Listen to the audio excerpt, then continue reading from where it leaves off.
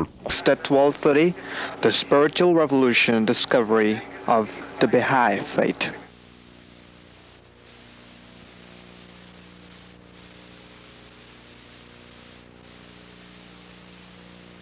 The following program is presented by the producer through the facilities of Manhattan Cable Television in accordance with government regulations.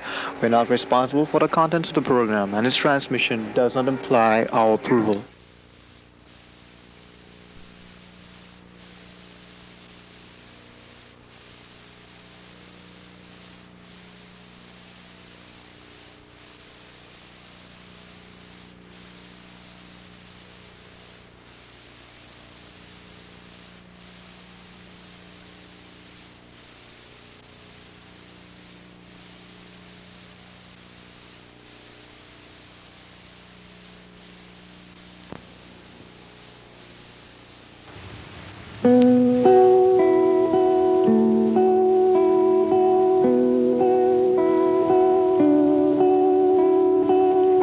We are members of the Baha'i faith.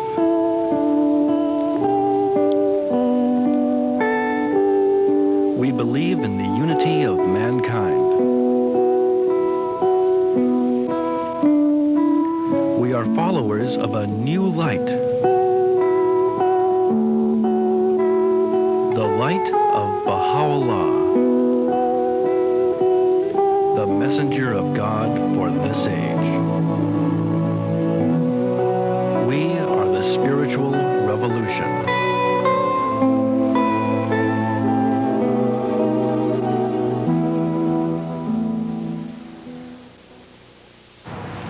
Hello, I'm Sharon Monka, and I welcome you to The Spiritual Revolution, a television series about the Baha'i faith. I'm John Cavlin, Sharon's co-host for the series. We've asked some Baha'i friends to join us on this first program in a discussion about the Baha'i faith and its central theme of unity. First, Lisa Janti, who is currently teaching in the Master's Program of Education at National University in San Diego. She was formerly the director of the Head Start program in Tucson, Arizona, and for many years was the special assistant to Los Angeles Mayor Tom Bradley. And Burl Bullock, formerly an actor and presently an elected member of the Spiritual Assembly of the Baha'is of Los Angeles, and a computer programmer analyst for the city of Los Angeles. We welcome you both, Lisa and Burl. Hello. We all know that the Baha'i faith began in about 1844, and yet for those individuals that are out there and unaware of what the Baha'i faith is all about, Lisa, can you give us a very concise idea and description of what the Baha'i faith is? Well, as you well know, one could take a long time to try to do even that. But as briefly as I can, there are three central principles of the Baha'i faith around which everything else revolves. The first, and you could call them the three onenesses. The first is the belief in the oneness of God. The second is the belief in the fundamental oneness of all the great revealed religions of the world. And thirdly, and this is most central to the specific teachings of the Baha'i faith, the oneness of all mankind. Hearing that, my reaction is, well, my goodness, that seems so rational. Mm-hmm. Why wouldn't more people hearing that automatically say, I believe that, perhaps I'm a Baha'i? Well, I can only say that a lot of people haven't heard about it. Mm-hmm. And one of the great, I think, joys and privileges of those of us who have found this teaching is to hope to share it with those who might be looking for a rational, universal, all-encompassing belief system that addresses the needs of humanity today. Mm. It does seem to be, the theme seems to be one of unifying. We have so many problems that are facing us right now on the planet.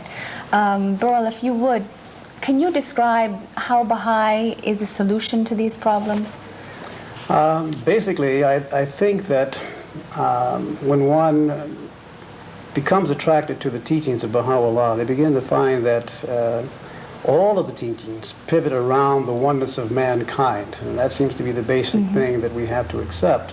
And I think that the prejudices that we have in the world by nature of our environment as we grow up, we have to be educated out of that. And with the Baha'i teachings, it makes sense to the origins of these kinds of differences that men perceive when they look at one another. It gives a spiritual foundation by which one is able to overcome the tendencies that we have when we have been born by these prejudices. I love the expression you used, we have to be educated out of them, because really the converse is we are often educated into those prejudices. Right. They are not organic to being a human being by any means. Definitely. It's really interesting. And education, I would guess, plays a great role in Baha'i thinking.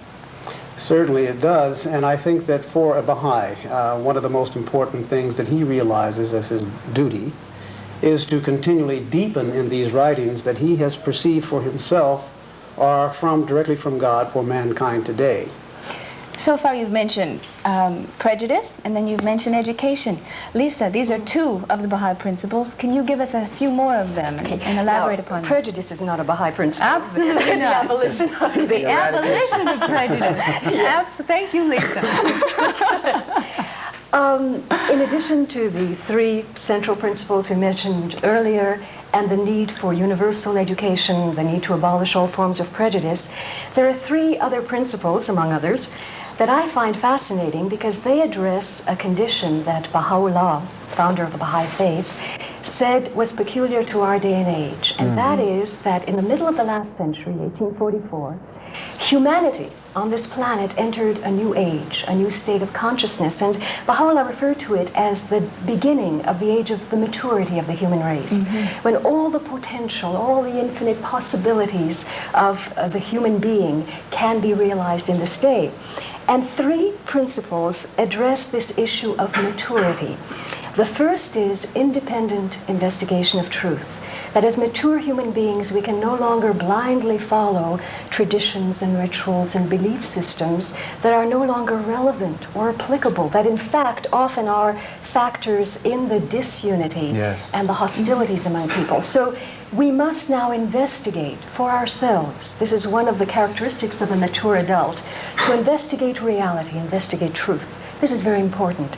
In addition, Baha'u'llah made quite a revolutionary statement correlating to that principle, that he abolished the institution of the clergy, which he said had a very definite and important function in the past in the childhood and adolescence of the human race. But now, in the age of maturity, we must do our own thinking, our own investigating. This can only happen when we have universal education, as was indicated before. And the other principle of the Baha'i faith that I think is intriguing, that Baha'u'llah brought over 100 years ago, out of the Middle East, is that religion must be in accord with science and reason. That these are like the two wings of the bird of humanity, and that we can no longer tolerate superstition, which is not supported by logic and evidence and, practicality. And on the other hand, we can't just have very immoral applications of scientific technology. Materialistic science. Right, without moral principles to guide the application of these new forces. So here we have an example of science, for example, science and religion agreeing, which right now we're finding out so many new inventions, new scientific theories that can validate a lot of the things that were before time thought to be superstition, but now actually become a reality. That's right. So in a sense, we are on the verge, perhaps, of a golden age that it's been talked about, and the idea of science and religion agreeing, especially you, perhaps, Burl, as a computer analyst. Do you find there's any kind of a connection between the two, especially being involved in computers and somehow finding the idea of your spiritual principles being used well with that concept? Well, there's one thing that comes readily to mind. As you know, the computer age is universal, and regardless of what country you live in, the employment of computers is there. Now, you must realize that all these different countries speak with different languages, so there has to be a common denominator. And to a computer programmer, it is the machine language. So there has to be a compiler that breaks down all of these various languages into one comprehensible language, which is common to all. And within the Baha'i faith, this is one of the essential principles too, this recognition of the fact that part of the world's problems have been brought about because of our lack of communication. And when we find in the past that we've had this lack of communication, fear and hostility has arisen in its path. So Baha'u'llah has espoused that mankind, the governments of the world will adopt a central language, a universal auxiliary language, so that all one would need to converse anywhere in the world is his native tongue and this auxiliary language. The native tongue maintaining the cultural diversity, Yes. but the universal language helping transcend that in favor of a loyalty toward the planet, Yes. Exactly. which is very Baha'i. You've touched on some more of the Baha'i principles, which is that we now have to raise our consciousness to the level that in addition to our love of family and community and nation, the highest loyalty that Baha'u'llah calls us to in this day and age is loyalty to the entire human race, which includes all those other components. That's a wonderful principle. We're Yes. going to discuss more when we come back from this brief break. We'll be right back. Stay with us. We've covered a lot of ground in just a few minutes in basic principles of the Baha'i Faith, and a word or a name that we've been using is Baha'u'llah. For those who are not familiar with that, Lisa, could you just describe who Baha'u'llah is? Here we go again with those impossible tasks. Just to pick up on what we were discussing before, the idea of now a new consciousness of the oneness of all humanity, in order to really be able to unify, which is the theme we've been really focusing on, there must be some kind of organizing principle, some standard, some unifying force to which everything else can be related, by which everything else can be understood. This is the only scientific way, the only logical way to be able to relate and connect up everything, in our experience.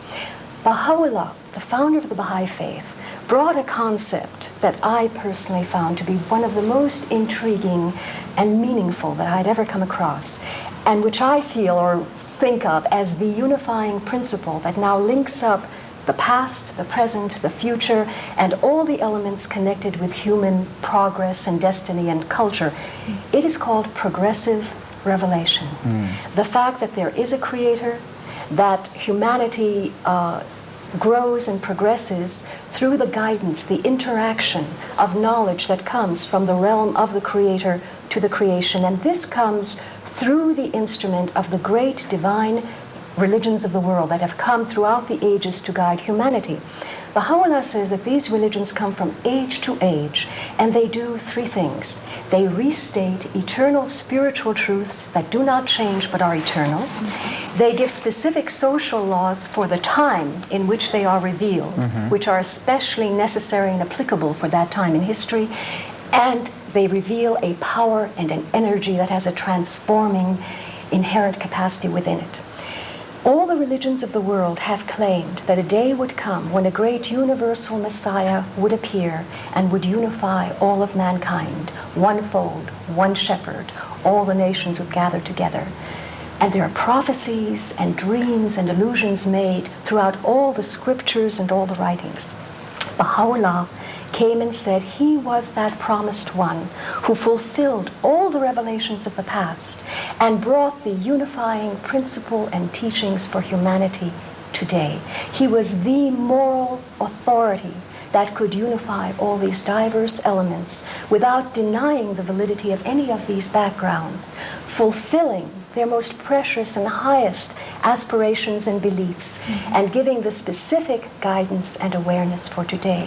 So to a Baha'i, Baha'u'llah, whose name means the glory of God, very beautiful in Persian, is in fact the return of Christ in the glory of the Father.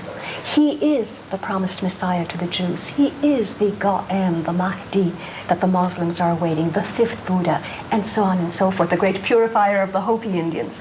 All cultures, all people have been expecting this great world revelator. Baha'u'llah made the astounding claim over 100 years ago that he was the one promised and that his teachings would transform and, in fact, revolutionize the whole structure of human society. That is an amazing claim for any individual to make. Surely his life must have been unique in his time. I wonder if we could just very briefly talk about who was this man? What was his life like? Yes. Well, Baha'u'llah had quite an illustrious life. He was born to a noble family in Persia. His father was a minister to the court of the Shah. This is in the 19th century. This is in the 19th century, actually. And Baha'u'llah, even before he proclaimed who he was to his followers, was known for his generosity. He was called the father of the poor because every day the poor flocked around him. He fed them. He cared for their needs. His father was the administrator of many provinces in which he literally owned. And Baha'u'llah made sure that the smooth running of these provinces always took into consideration the needs of the poor.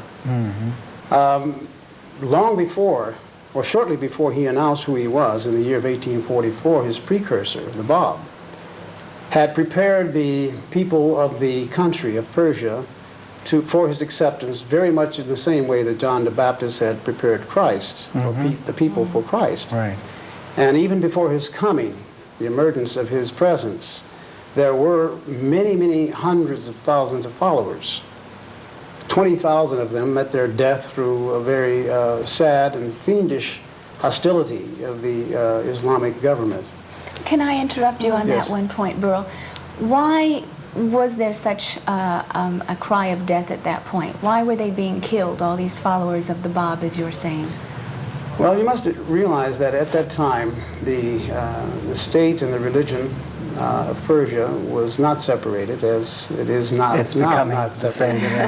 That's right. And a lot of the traditions that had been born out of ignorance had become widespread. And some of the things that Baha'u'llah talked about, like the unity of men and women, was unheard of in the Nation of Islam. That's unheard of in many places today. I think also, if we look historically, we find this is the eternal pattern that we find in all religions. It seems to be. There has never been a great messenger of God who is not put to great torture and suffering and ridicule and all kinds of, rejection on the part of the people, because after all, he comes not to maintain the status quo. He comes to elevate the consciousness Christ of had people. a statement along those lines. Exactly. But He the said- people were followers. It was the leaders of thought at that time. It was the clergy that were the ones in the position of power, and this seems to be the track record throughout history in all the great manifestations, that were the ones that were ordering the death of the followers or the people. So it's very true what you're saying. That is very true, but also human nature being what it is, we generally tend to follow the law of inertia unless we can, help it. Sure. And if someone comes and demands a new burst of effort and energy and awakening on our part, in spite of how marvelous that concept is, we tend to resist. We really do. Even if our very survival is at stake, which in fact it is today. Really? But so we find that pattern repeating itself, and one of the characteristics of a true messenger of God is in fact that he becomes a sacrifice. He lives his teachings, he becomes the role model, the one who manifests and exemplifies in every way those qualities and teachings. And his persecution is a demonstration of how human beings can transcend the difficulties, the material existence which we experience on this particular plane.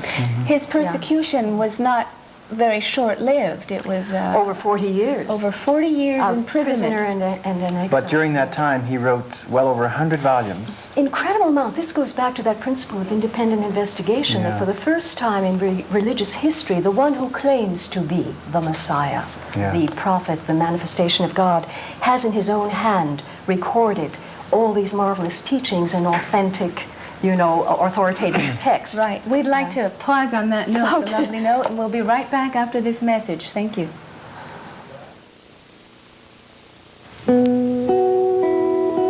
O Son of Spirit, my first counsel is this: possess a pure, kindly, and radiant heart, that thine may be a sovereignty ancient, imperishable, and everlasting.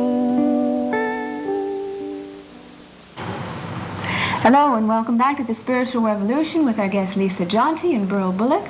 Before we were talking about the messenger for this day and age, Baha'u'llah, and I'd like to ask you, Burl, he did leave an heir who was named Abdu'l-Baha, the servant of God, which is the direct translation.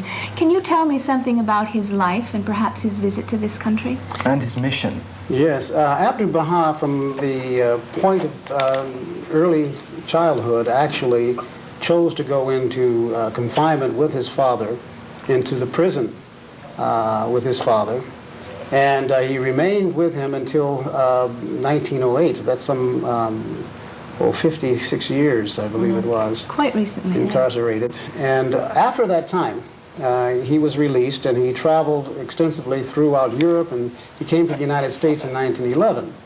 He spoke with many of the clergy of this nation and of Europe. He spoke with the leaders of thought in the educational profession. He talked with all of the leaders of mind, and Abdu'l-Baha was appointed as the interpreter of his father's teachings by Baha'u'llah himself. He was also given the title as the perfect exemplar, one to whom all the Baha'i should turn to as a evidence of how these Baha'i teachings and principles should be enacted in their lives. Abdu'l-Baha ministry lasted 26 years, or is it 29 years actually, from 1892, from the departure of Baha'u'llah, until 1921, his own departure. During that time, he himself expounded on many of the things that Baha'u'llah had already written down by pen. He explained them, he interpreted it, he made them clearer. He set forth a series of tablets called the Divine Plan, in which the teachings of Baha'u'llah would spread throughout all of the world, and how these teachings would begin to have its effect in unifying the planet. It seems to me this is a unique role in religious history, because this automatically eliminated any factionalism about the authority of the actual interpretation of the writings of the Prophet, because we know that Muhammad suffered, the religion of Muhammad suffered greatly. Well, I think all the religions of the past have certainly experienced great division and schism. In the Baha'i faith, we were promised guidance, the day that would not be followed by night, and the tabernacle of God would dwell with us continually. It is interesting because the Baha'i faith is a modern religion addressing modern man, and so Baha'u'llah used certain methods that are very much identified with modern thought. Among other things, he left a specific will and testament, a legal document appointing his son Abdu'l-Baha. Abdu'l-Baha left a will and testament appointing his grandson, Shoghi Effendi Rabbani, as the guardian of the Baha'i faith. And from 1921 to 1957, Shoghi Effendi was the head, the guardian of the Baha'i faith, directing all these plans that Burl referred to that were there to promulgate the knowledge of the Baha'i faith to all corners of the world. Well, is the faith, in fact, in all four corners? It's an incredible thing. In such a short time, a little over 130 years, through the direction of Shoghi Effendi, and after his death, after the erection of the Universal House of Justice, which is the supreme body of the Baha'i faith elected from the Baha'is all over the world, these teachings have now spread into over 350 countries and territories. Over 1,600 tribal and ethnic groups are represented. It's translated into almost 700 languages and dialects. It's very exciting. You'll find, let me just go on for a minute. You'll find over 120,000 localities on the planet. And I dare say, if anyone listening today would look in their local telephone book, chances are they're going to find the Baha'i faith listed. And if it is, and if they would like, they could call and find some lovely people who would love to meet with them, share with them, and explore some of these marvelous truths we've been discussing. So this idea has really totally encompassed the whole planet. When you were talking about the Universal House of Justice, it's such a fascinating concept here. Yes. A group of men that have been elected by the Baha'is all over the world. Would you be able to expound upon that electoral process and see how it differs from that which we in America or any other democratic nation are associated, Burl? Of course, in the passing of Shoghi Effendi, there was no longer a living head of the Baha'i faith, but incorporated in the writings of Baha'u'llah and adumbrated by Baha'u'llah and the guardian himself, Shoghi Effendi. It was always anticipated that the one institution would come into being that would have the power and the wisdom to guide humankind collectively. Well, after the passing of Shoghi Effendi, it did come to pass in 1963 that representatives from all of the nations that had participated in this Baha'i national government, so to speak, Baha'i that governed themselves nationally, they got together in Haifa, Israel, and they elected the first supreme body of the Baha'i faith, the Universal House of Justice. And the members that sit on this board are 9, and they're elected to serve a term of 5 years. What kind of election was it? I mean, Lisa, Well, the nature of I that know we election? have so little time left, and one of the exciting things about the Baha'i Faith is that in addition to being such an extraordinary, powerful, beautiful, magnificent body of spiritual truths that speaks to the soul and the heart and just inspires one beyond measure, it is also a very practical organization of human beings throughout the planet to work for the collective good of humanity. There's an administrative order in the Baha'i Faith. And since we no longer have clergy, Baha'is now, through democratic process, elect in a very unique way, without the evils of our electioneering and nomination and partisan political systems. We have a method of electing those souls who serve in administrative capacity locally, nationally, and internationally. And what the Baha'i Faith does, just very briefly, if I may throw it out, one of the intriguing things that really captivated me was that it blends and connects the mystical questing and yearning of the soul for attaining the presence and the reality of God with addressing the social needs of humanity, the injustices, the prejudices, the brutality that exists, blends them together and says they are inseparable, that you must address both simultaneously. In order to transform society, we must become transformed human beings.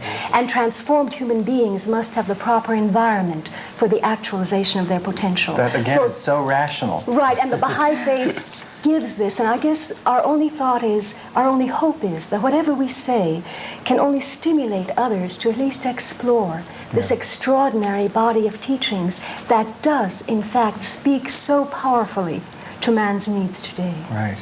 I would like to end this segment on the idea that, in fact, we have tremendous hope for the future of mankind, that we may appear to be in a very bleak period, but it's really a transition, as you said, from an old form of order to a whole new age of maturity of mankind. We'll be back very briefly after this message. This has been a really intriguing half hour, and even though it's very difficult to do justice to a topic as broad as this and as exciting and new and revolutionary, really, in just half an hour, I think you've both done a wonderful job explaining some of the basics, and I thank you very much. Thank you for having us. We represent a Baha'i faith, the Baha'i faith which is worldwide. And I hope we would encourage people to look into this new teaching. It's fascinating because here we have capitulated in such a short period of time so many incredible facts. But just to re-emphasize, we have brought to you Baha'u'llah, who is the messenger of God for this day and age, and we certainly hope that you will investigate further, as Lisa had said, check your telephone book, and if you're at all interested in anything that we've said, investigate it on your own and see if what we say is the truth. We welcome you, Lisa and Burl, and we welcome you to please come back with us again. Thank you for joining us in the spiritual revolution. There is only one God. All religion is from the same source, God. There is basic unity among the teachings of all religions. The ruling principle of society is justice. Mankind is one family, the human race. Religion and science agree. Men and women are equal. All forms of prejudice must be eliminated. These principles of the Baha'i faith were revealed over a century ago by Baha'u'llah, the messenger of God for this age. For more information about the Baha'i faith, please write the Baha'i National Center, Wilmette, Illinois, 60091, or check your local telephone book under Baha'i.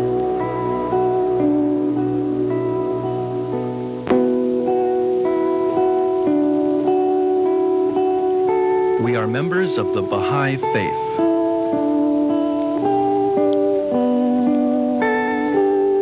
We believe in the unity of mankind. We are followers of a new light. The light of Baha'u'llah,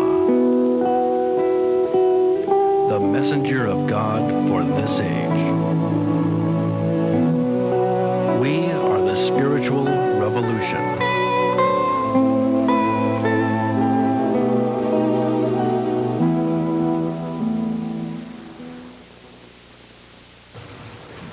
Over 100 years ago, Baha'u'llah, the messenger of God for this age, brought a new revelation. Among his writings was the clear statement of the principle of the equality of men and women. You may be surprised or even shocked to learn where the